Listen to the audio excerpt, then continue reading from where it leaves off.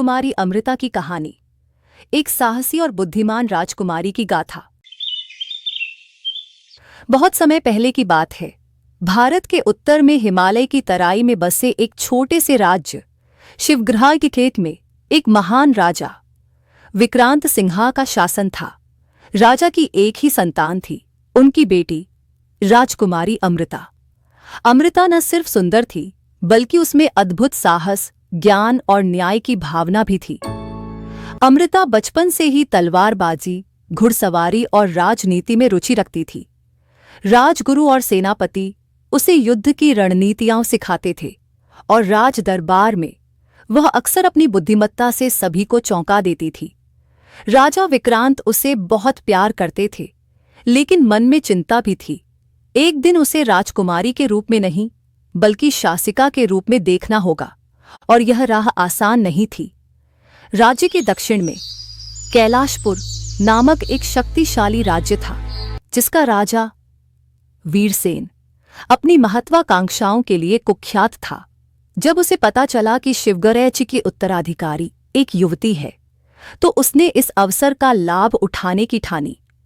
उसने शिवगराह को एक संदेश भेजा, या तो अमृता का विवाह वीरसेन से कर दिया जाए या युद्ध के लिए तैयार रहा जाए। राजा विक्रांत यह संदेश पढ़कर क्रोधित हुए, लेकिन उन्होंने शांतिपूर्वक उत्तर देने का निर्णय लिया। परंतु अमृता ने यह अपमान सहन नहीं किया। उसने सभा में खड़े होकर कहा, अगर युद्ध ही वीरसेन की भाषा है, तो उत्तर उसी भाषा में दिया जाएगा, लेकिन यह युद्ध राजा नहीं, मैं स्वयं लड़ूंगी। दरबार में सन्नाटा छा गया। सभी ने एक युवती के मुख से ऐसी गर्जना पहले कभी नहीं सुनी थी। राजा ने अंततः उसकी दृढ़ता देखकर अनुमति दी और शिवगराह की सेना युद्ध के लिए तैयार की गई। अमृता ने सेना का नेतृत्व किया। वह पहली बार किसी महिला सेनापति को देख रहे थे।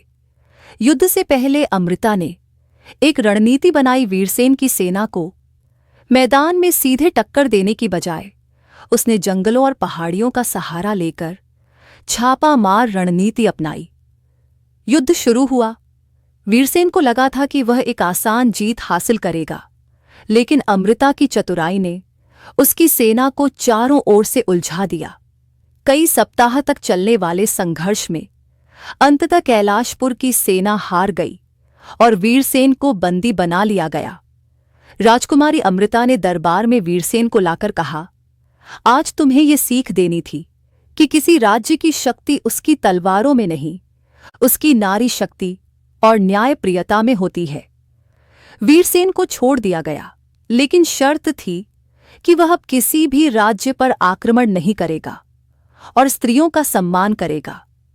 उसने यह वचन दिया। इस युद्ध के बाद अमृता की ख्याति पूरे भारत में फैल गई। अन्य राज्यों की राजकुमारियां उससे प्रेरणा लेने लगीं।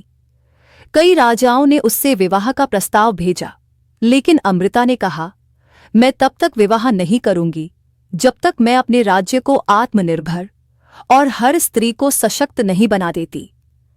इसके बाद उसने शिवगराह में कई विद्यालय, चिकित्सालय और स्त्री प्रशिक्षण केंद्र खोले।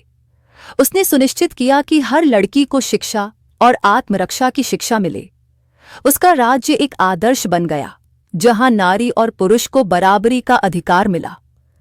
राजा विक्रांत के निधन के बाद अमृता रानी बनी, लेकिन उसने अपने नाम के साथ सेविका, सेवक शब्द जोड़ा। रानी अमृता सेविका। उसके जीवन का लक्ष्य था सेवा, शिक्षा और समानता।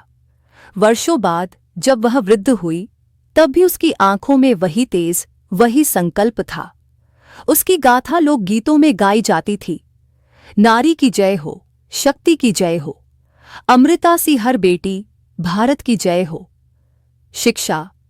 राजकुमारी अमृता की कहानी हमें यह सिखाती है कि साहस, बुद्धिमानी और आत्मबल से कोई भी चुनौती जीती जा सकती है।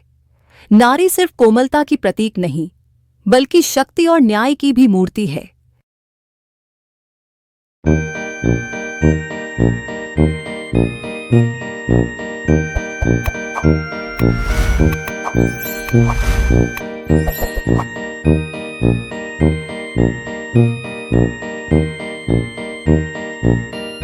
है।